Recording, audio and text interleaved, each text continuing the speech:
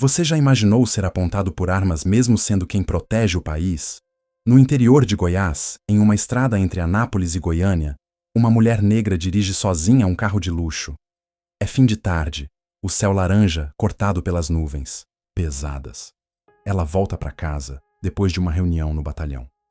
O que ela não sabe é que, alguns quilômetros à frente, 2 policiais militares discutem sobre um veículo suspeito, fora de padrão para aquela área. Sem investigação, sem perguntas, eles decidem agir. Luzes piscam no retrovisor. A motorista mantém a calma, sinaliza, encosta o carro. Como ensinou a tantos recrutas, ela mantém as 2 mãos visíveis no volante. O que acontece em seguida é puro abuso. Sem explicação, os 2 policiais saem da viatura com armas em punho, gritando ordens para que ela saia imediatamente do veículo. E aqui começa uma história que precisa ser ouvida. Porque não importa a patente, não importa o uniforme. Quando se é negro no Brasil, respeito não é garantia. O sol já começava a cair no horizonte quando a Major Helena Souza pegou a estrada de volta para casa.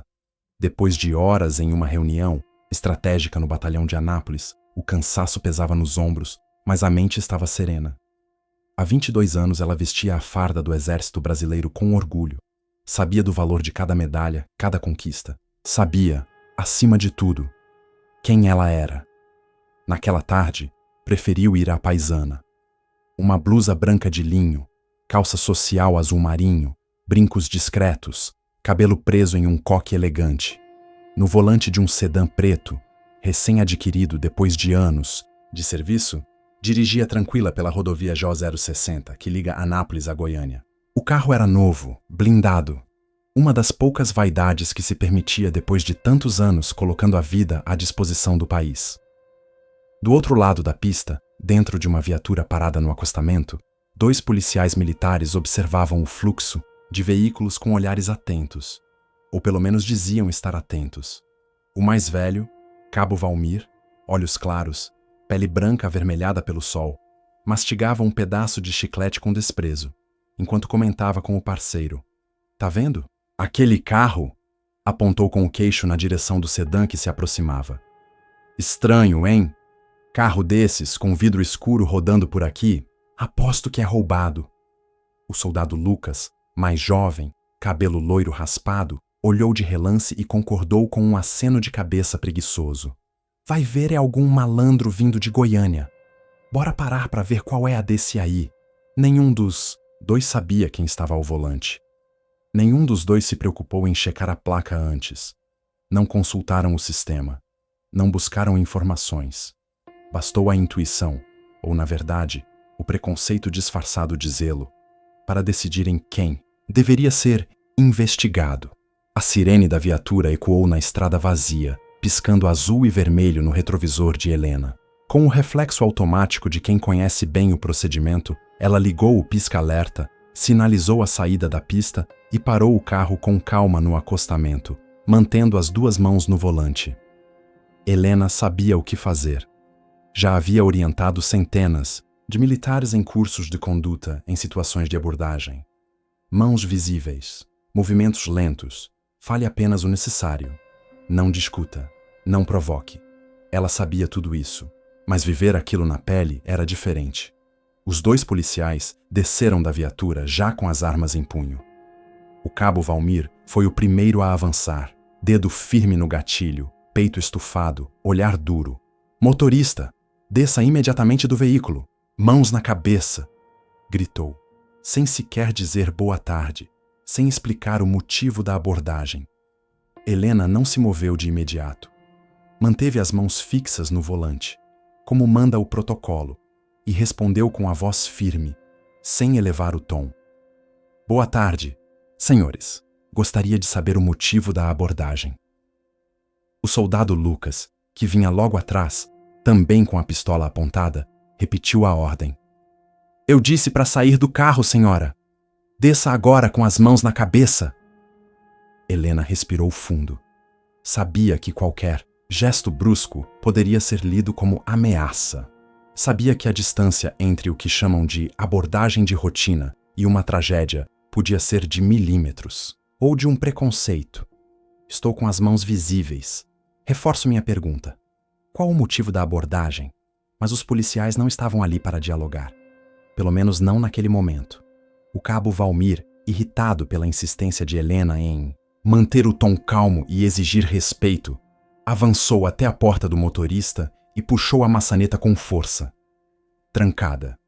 Tá dificultando? Vai querer complicar? Acha que é esperta, né? Abre essa porta agora ou a gente arromba. Cuspiu as palavras, o olhar endurecido. Helena manteve os olhos fixos no espelho retrovisor. Sentiu o coração acelerar, mas manteve a postura. Não, era a primeira vez que encarava uma situação hostil, mas o gosto amargo de ser tratada como criminosa por simplesmente existir ali, naquele carro, com aquela pele, era sempre difícil de engolir. Senhor policial, estou colaborando. Apenas exijo que me informem o motivo dessa abordagem, antes de qualquer outra ação. Estou disposta a sair do veículo, mas quero que me expliquem o porquê dessa ordem. Valmir rangeu os dentes, o rosto avermelhando ainda mais. Tá se achando, né? Vai querer dar uma de difícil? Você vai saber o motivo lá na delegacia. Agora abre essa porcaria dessa porta. O soldado Lucas, do lado direito, também se aproximava, mantendo a pistola apontada, o olhar desconfiado. Mas agora havia um quê de dúvida nos olhos dele. Talvez fosse o tom firme e controlado de Helena. Talvez a postura serena, o equilíbrio. Mas o cabo Valmir seguia irredutível. Helena, então, fez um movimento lento e calculado. Manteve a mão esquerda no volante e, com a direita, levantou lentamente um documento na altura da janela. A luz do fim de tarde bateu na capa verde-oliva, refletindo o brasão dourado da República. A identificação militar brilhava entre os dedos dela. Major Helena Souza, Exército Brasileiro. Aqui está minha identidade. Agora me digam, vocês pretendem continuar com essa abordagem ilegal? Por um segundo, o tempo pareceu parar. O cabo Valmir congelou. Seus olhos percorreram o documento de cima a baixo, procurando algum sinal de falsidade, algum erro, alguma brecha para justificar sua agressividade. Não encontrou. Lucas baixou a arma primeiro, visivelmente desconcertado. Deu um passo para trás, olhou para o parceiro e murmurou algo baixo, quase imperceptível. Ela é major, do exército. Valmir continuou imóvel, o maxilar travado, o dedo ainda no gatilho, mas a mão começou a tremer levemente. A senhora é militar? Perguntou como se a ideia fosse difícil de aceitar. Helena manteve o olhar firme, direto, sem abaixar a guarda. Sim. E como militares, todos, nós sabemos qual é o protocolo em uma abordagem. O que vocês acabaram de fazer é abuso de autoridade, é racismo, é crime. O silêncio que seguiu foi pesado. Lucas, claramente desconfortável, enfiou a arma de volta no coldre e cruzou os braços, desviando o olhar. Valmir, por outro lado, demorou alguns segundos até finalmente abaixar a pistola, ainda rangendo os dentes. Olha, a gente recebeu denúncia de um carro suspeito, entende? Uma denúncia anônima. A gente só estava fazendo o nosso trabalho. Tentou justificar, a voz agora um pouco menos agressiva, mas ainda cheia de arrogância. Helena ergueu a sobrancelha, mantendo o documento à mostra. Qual denúncia? Qual? A placa informada? Vocês sequer consultaram o sistema antes de sacar uma arma na minha direção? O soldado Lucas pigarreou, baixando a cabeça. O cabo Valmir ficou mudo. Nenhum deles tinha conferido nada. Nenhum deles sequer pensou em perguntar quem estava dentro do carro. O suspeito, no caso, era eu. O meu crime? Ser uma mulher negra dirigindo um carro de luxo. Acertei. Valmir tentou protestar, abriu a boca, mas nenhuma palavra saiu. Porque era isso. Estava claro. Não havia desculpa. Helena, então, destravou a porta, abriu lentamente e saiu do carro, mantendo a postura ereta, digna, os olhos fixos nos dois homens, sem abaixar a cabeça, sem medo. Anotem seus nomes, suas matrículas. Quero tudo documentado. Isso vai ser registrado na corregedoria. e vou informar o comando do exército sobre esse abuso. Valmir continuava estático, o rosto agora vermelho, não mais de arrogância, mas de vergonha. Lucas olhava para o chão. Senhora, não precisa... Não foi nossa intenção, balbuciou o soldado, sem saber como sustentar o olhar. Helena cruzou os braços, o documento ainda na mão. Intenção ou não, vocês escolheram agir com violência e preconceito. Agora vão ter que responder por isso. O vento soprou leve, na rodovia. O som dos carros passando ao longe parecia indiferente à cena que se desenrolava ali. Mas para Helena, cada segundo era um lembrete de que, mesmo com a farda, mesmo com a patente, o racismo sempre encontra uma forma de tentar desumanizar. Mas não naquela noite. Não sem resistência. O cabo Valmir tentava disfarçar a mão que ainda tremia levemente, mesmo com a arma já abaixada. O olhar dele corria inquieto entre a Major Helena e o soldado Lucas, como se buscasse alguma rota de fuga, alguma desculpa convincente que pudesse apagar o que tinham acabado de fazer. Mas não havia desculpa. A presença de Helena agora se tornava ainda mais imponente fora do carro. Mesmo sem a farda, ela exalava autoridade. Ombros eretos, queixo levemente levantado, a voz firme, sem pressa, mas cortante como lâmina bem afiada. Qual de vocês é o responsável por essa viatura? Perguntou, encarando os dois. Valmir pigarreou, tentando recuperar o controle. Eu sou o comandante da guarnição, respondeu com menos firmeza do que antes. Ótimo, disse Helena, sem desviar o olhar. Então é você quem vai me explicar por que uma abordagem sem causa, feita com arma em punho, aconteceu aqui hoje. Valmir respirou fundo, buscando alguma justificativa. O silêncio era espesso. Lucas, agora visivelmente desconfortável, enfiou as mãos no bolso da calça, os olhos grudados no chão. Ele sabia que qualquer palavra poderia piorar a situação. Recebemos denúncia de um carro nessas características, insistiu Valmir, mas a voz denunciava a insegurança. Carro escuro, blindado, suspeito na região. Características? Helena interrompeu, dando um passo à frente, mantendo o tom calmo, mas cada palavra pesando como chumbo. Qual a placa informada na denúncia? Qual a descrição do suspeito? Ou basta para vocês que o motorista seja negro para ser considerado suspeito? Valmir engoliu seco. Não respondeu. Lucas continuava calado. Sequer pediram minha identificação antes de puxarem suas armas, continuou Helena. Sabem qual é o protocolo, não sabem? Os dois assentiram, quase em sincronia, mas sem coragem de levantar os olhos. Primeiro, deve-se solicitar a documentação, perguntar quem está no veículo, confirmar informações. Depois, se houver motivo real para a suspeita, tomar as providências cabíveis. Isso vocês aprenderam na academia. Ou esqueceram? Valmir se remexeu, visivelmente acuado. O poder que ele achava que tinha evaporava a cada palavra de Helena. A altivez de quem sacou uma arma minutos atrás agora dava lugar a uma tentativa patética de justificar o injustificável. Olha, senhora, Major, a gente só estava tentando evitar um crime. Não é nada pessoal. Não é pessoal? Helena repetiu, lentamente, como quem mastiga cada sílaba. Aponte uma arma na minha cara e diga que não é pessoal. O peso daquela frase afundou os dois homens em um silêncio constrangedor.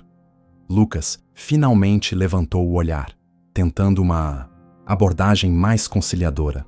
A senhora, me desculpe, não sabíamos quem era. Helena sorriu de canto, um sorriso amargo. E se eu não fosse major? Perguntou, cruzando os braços. E se eu fosse uma professora? Uma médica? Uma mãe voltando para casa depois de um dia de trabalho?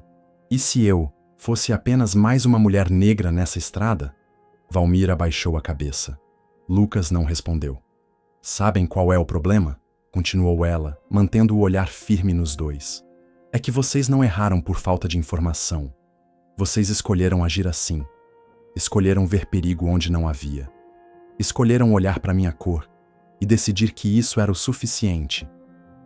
Valmir parecia querer desaparecer dentro da própria farda. Apertava os dedos das mãos, evitando o olhar de Helena a todo custo. Eu poderia ter morrido hoje, disse ela, agora com a voz mais baixa, mas ainda afiada. Bastava um gesto errado, uma reação instintiva. Bastava que eu tivesse tentado pegar minha carteira um pouco mais rápido. E vocês estariam agora ligando para minha família, inventando qualquer desculpa sobre resistência ou movimento suspeito.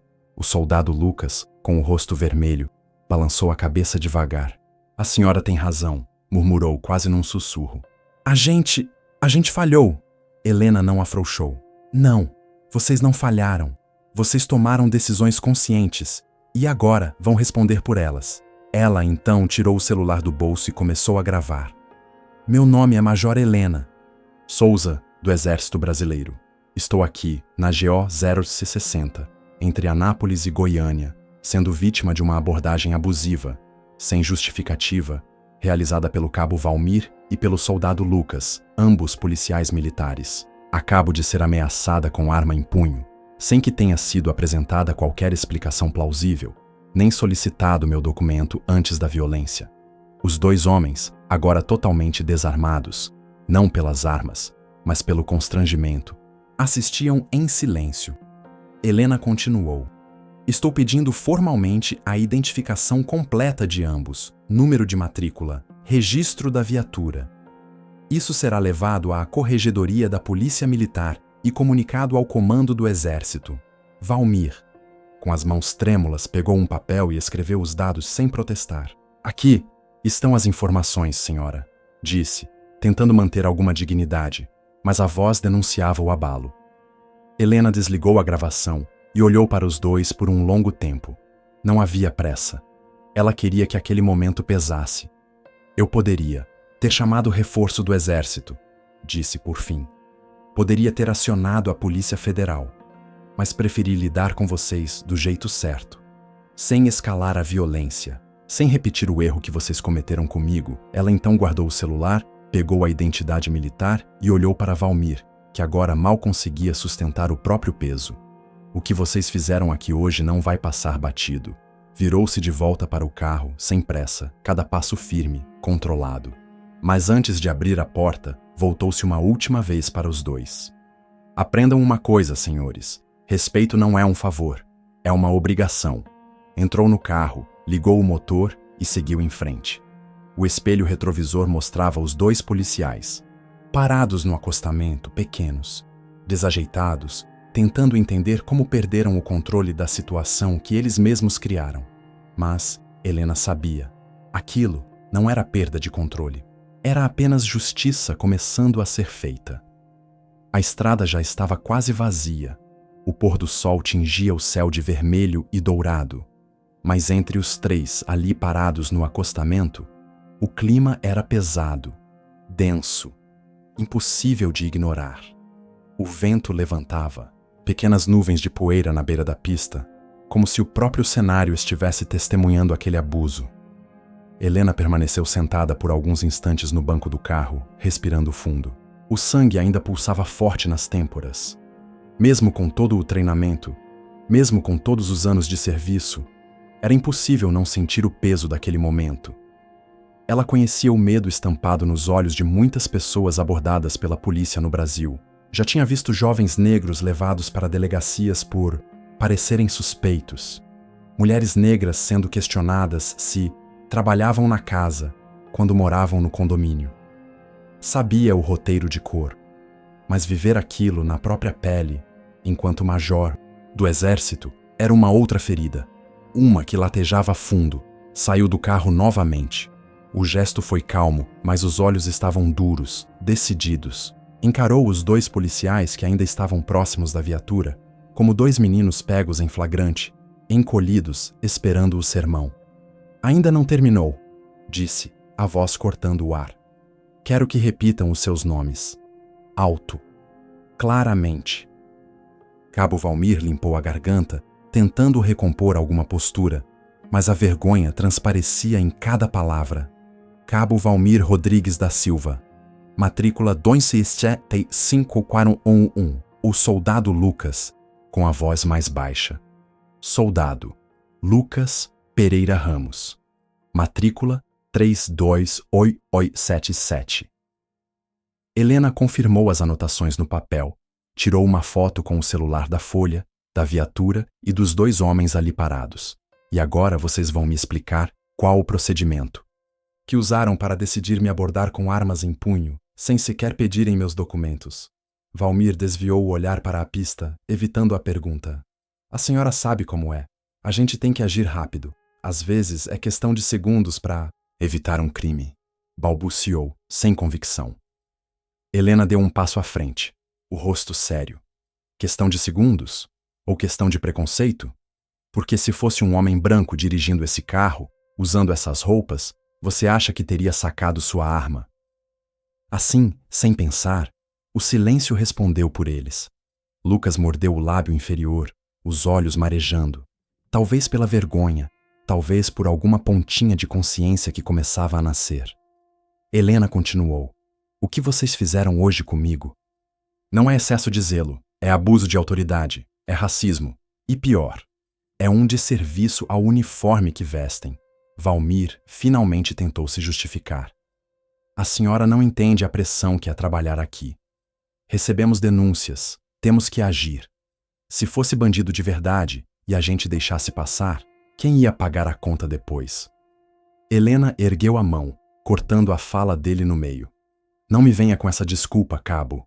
Eu conheço o protocolo de abordagem melhor do que vocês 2 juntos. Nenhuma denúncia anônima, sem placa confirmada, sem descrição precisa, justifica puxar uma arma antes de pedir uma identificação. Nenhuma. Ela fez questão de esperar alguns segundos. O silêncio entre eles era quase físico, como se pesasse sobre os ombros de todos ali. Vamos ligar para a central? Perguntou Lucas, num gesto desesperado de tentar resolver a situação. Não, respondeu Helena seca. Eu mesma vou informar a corregedoria. Já tenho tudo documentado. Vídeo, fotos, identificação de vocês. Isso não vai ser varrido para debaixo do tapete. Valmir tentou mudar o tom. Major, me desculpe. Foi um erro. A gente agiu de cabeça quente. Não sabíamos quem era a senhora. Helena respirou fundo, cruzando os braços. Esse é o ponto. Vocês não sabiam quem eu era. E mesmo assim decidiram que eu era suspeita.